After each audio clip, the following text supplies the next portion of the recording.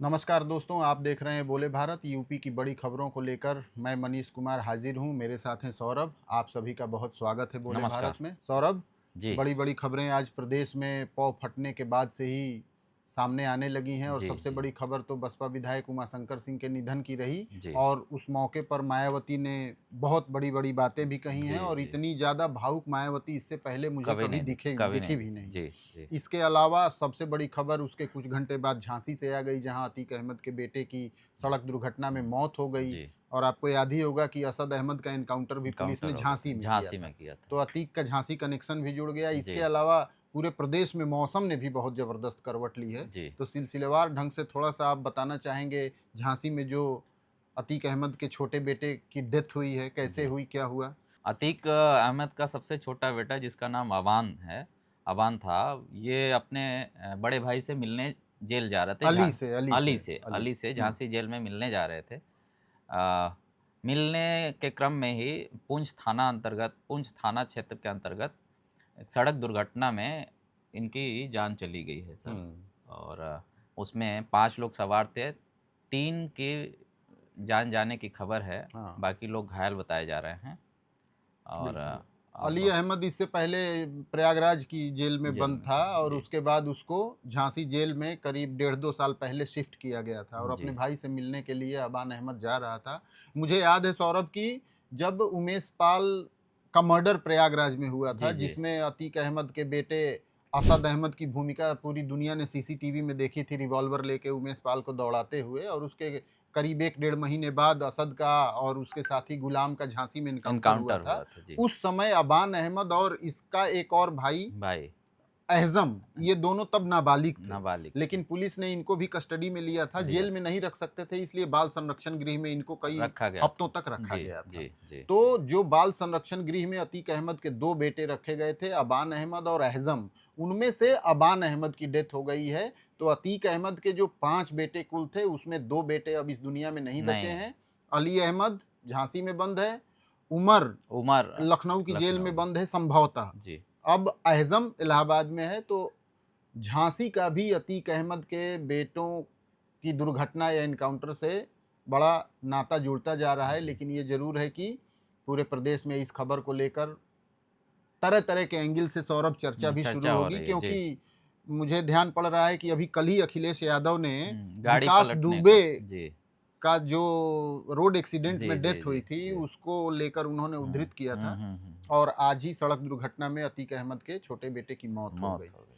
तो जी, काफ़ी सनसनी इससे पूरे प्रदेश में फैली जी, है और इस जी। पर किस तरीके से आगे, जाहिर तौर पर चर्चा अतीक अहमद चर्चा हो। राजनीतिक केंद्र में रहा है, तो इस पर बहुत तेजी से चर्चा और जी। शुरू होगी। अगली खबर की ओर बढ़ते हैं मनीष जी। हुँ, बसपा के एकमात्र विधायक हुँ, उमाशंकर सिंह, बहुत जो दुखद। बलिया के रसड़ा विधानसभा क्षेत्र से हुँ, विधायक थे, बिल्कुल। उनकी दुखद मृत्यु हुई है। हुँ, और उसमें जो है बहन जी बहुत भावुक नज़र आ रही, बहुत भावुक बहुत नज़र आई ज़्यादा हैं, पहली उन्हें बार। श्रद्धांजलि देने जब गई थीं। जी, सभी पार्टियों के beyond the party line Umashankar Singh के रिश्ते थे। एक और बता दें, उमाशंकर सिंह के बेटे प्रिंस युकेश सिंह की पिछले ही साल शादी हुई थी और जी, योगी सरकार में मंत्री हैं दिनेश प्रताप सिंह, जी, जी, रायबरेली से जी, विधायक जी, हैं। जी। उनके भाई की बेटी कनिका सिंह से उनकी शादी हुई शादी थी। हुई थी। तब मायावती खुद उमाशंकर सिंह के घर घर पहुंच गए के थे। बहू और बेटे को आशीर्वाद हाँ, उन्होंने दिया था। हाँ। मतलब लंबे समय जी, बाद जी, जी, किसी को किसी ध्यान नहीं था कि जी। किसी के पारिवारिक कार्यक्रम हुँ, में या हुँ। वैवाहिक कार्यक्रम में मायावती पहुंची थी।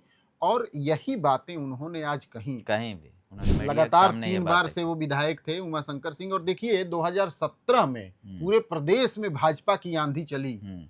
लेकिन उमाशंकर सिंह बसपा से अपनी सीट रसड़ा की बचा पाए, जी, विधायक रहे। जी। और पिछले दिनों इसी साल की शुरुआत में हुँ। जनवरी-फरवरी के आसपास उनके ठिकानों पर ईडी की रेड भी पड़ी थी, क्योंकि वो ठेकेदार भी थे छात्र शक्ति शक्ति नाम से नाम से कंस्ट्रक्शन कंपनी जो कंस्ट्रक्शन है कंपनी। तो उनकी जी, भाई की वैसे कागज पत्तर में, बट जी। उसकी देख-रेख सब उमाशंकर सिंह ही उमाशंकर करते से थे। करते हैं। बहुत ज़्यादा उम्र नहीं थी, हुँ, लेकिन सबसे ज़्यादा दुःख बलिया के लोगों को हुआ होगा, हुँ, क्योंकि बलिया के लोगों के लिए वो, जैसा कि मायावती ने भी कहा कि वो बेटे थे, हुँ, भतीजे थे, हुँ, हुँ। वाक़ई में थे, वाक़ई में थे। वाक़ई में थे। लोग अब हमारी सुबह बात हो रही थी कुछ लोगों से मनीष जी, हुँ, तो उनका कहना था कि एक पूर्वांचल में कल्पनाथ राय हुआ करते थे, कल्पनाथ राय हुआ उसके बाद जो है इनका उमाशंकर सिंह का जिक्र होता था बिल्कुल, विकास के मामले विकास में, के मामले में क्षेत्र लोग के कहते थे कि रसड़ा विधानसभा में आप प्रवेश करेंगे तो आपको पता चल जाएगा, जी, सड़कें इतनी जी, अच्छी जी, उमाशंकर सिंह ने बनवाई थी। जी, मायावती ने एक और बड़ी बात कही जी, सौरभ, जी, उन्होंने कहा कि सत्ता बदलते ही व्यापारी वर्ग का जो आदमी होता है ना, वो सत्ता का साथ छोड़ देता है। जी, बहुत सारे लोग बसपा का साथ छोड़ गए,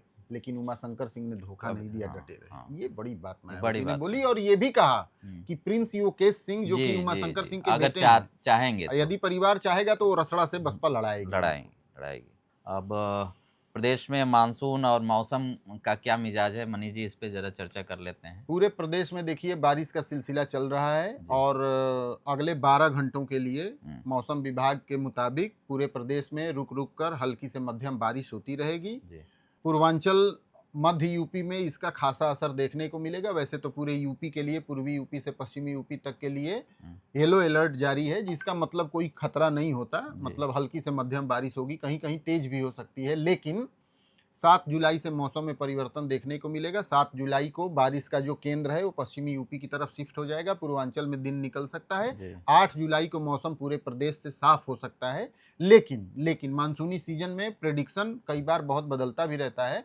अच्छी बारिश तो बहुत नहीं मिली है सौरभ, ये एक बात है। जितनी अभी भी बारिश की बहुत डेफिशिएंसी प्रदेश में है, करीब 20-21% औसत से कम बारिश कम अभी तक बारिश हुई है। जी, लेकिन अभी का जो स्पेल एक्टिव हुआ है, इसमें कुछ बारिश मिलने की संभावना है। संभावना है। जी, तो ऐसी उम्मीद कर सकते हैं कि जो कमी चल रही थी हुँ, वो थोड़ी पूरी होगी। फसलों के लिए भी अच्छा बिल्कुल। समय है मनीष जी। फसलों के लिए तो बिल्कुल संजीवनी बरस रहा हुँ, है, लेकिन इससे शायद बहुत काम ना हो पाए। सेहतमंद रहने के लिए भोजन बहुत ज़रूरी है और जी, उसकी कमी प्रदेश में दिख रही है।